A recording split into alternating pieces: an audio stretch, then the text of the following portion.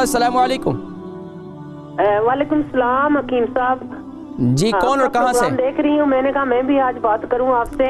कौन और कहाँ से कॉल कर रही हैं? रिकॉर्डिंग रिपीट ही देखती हूँ। नहीं, लास्ट टाइम रिपीट हुआ। वैसे तो माशाल्लाह हमेशा ही लाइव होता है, क्योंकि तबीयत जब नासाज हो हमारी भी तो फिर मुश्किल हो जाता है यहाँ पहुँचना भी, बर्मिंघम से लंदन। जी तो मैं मिसेस अली बोल रही हूँ बर्मिंघम से। मुझे ना मैदे की बहुत सख्त तकलीफ है। अच्छा। तो डॉक्टर तो कुछ वो कहते हैं, पता नहीं कोई कीड़े होते हैं, HP ग्लोरी वो है पेट में, तो वो बहुत दवाइयाँ दे रहे हैं पर मुझे उससे फर्क नहीं पड़ता। अब मेरा पेट ब्लोटिंग होना शुरू हो गया। मैदा मेरा ना फूल कर इतना सामने पता चलता बाहर निकल रहा है, पर कुछ नहीं है। उन्होंने अल्ट्रासाउंड किया है, कुछ नहीं है। अच्छा ये बताइए आपकी उम्र कितनी है? मैं 65। 65। अच्छा ये और वजन कितना है? 84।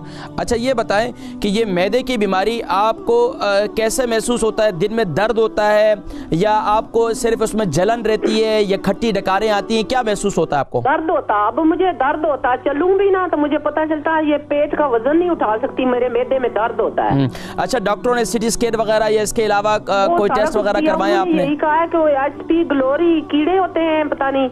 हाँ, एक डिजीज होता है। हाँ वही कि वो सोए रहते हैं, तो जब आपको मैदे में तकलीफ हो तो जाग जाते हैं। तो उन्होंने इसके लिए आपको इलाज बिल ग़िज़ा में कोई चेंजिंग करवाई है?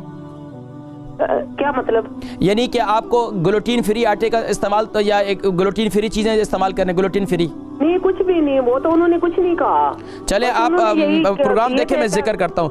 बर्मिंघम से हमारी एक और बहन थी, इनकी उम्र 65 है, 84 इनका वजन है। मैदा जो है इनका काफ़ी ख़राब रहता है। कहती हैं कि मैदे में यहाँ तक कि डॉक्टरों ने जो है एक डिजीज़ जो है उसका भी इन्होंने डायग्नोस किया। तो मैदे की तकलीफ़ के लिए सबसे बेहतरीन चीज़ जो है ना आपके लिए, दिन में रात को सोते वक्त जो है आप क्या करें, नीम गर्म पानी के अंदर या गर्म पानी के अंदर आप उसको इंजीर को गीला कर लें। सुबह उठकर आप इंजीर खाएं, इंजीर का इस्तेमाल करें। इंशाल्लाह ये मैदे के लिए इंतहाई मुफीद है। इसके साथ साथ अगर मैदे में बहुत ज़्यादा जलन रहती है, मैदे में बहुत ज़्यादा तेज़ाबियत रहती है, तो अब उसके लिए क्या करें, एक कावा है वो इस्तेमाल करें। वो क्या चीज़ है? बहुत आसान है, सिर्फ ज़ीरा, सौंफ और मिंट। इसका कावा बनाएं और कावा जो है जब भी आप खाना खाएं, खाने के बाद जो है थोड़ी सी सौंफ चबा भी लिया करें, और इसके साथ साथ जो है ये कावा जो है तकरीबन खाने के 1 घंटे के बाद इसे इस्तेमाल करना शुरू कर दें।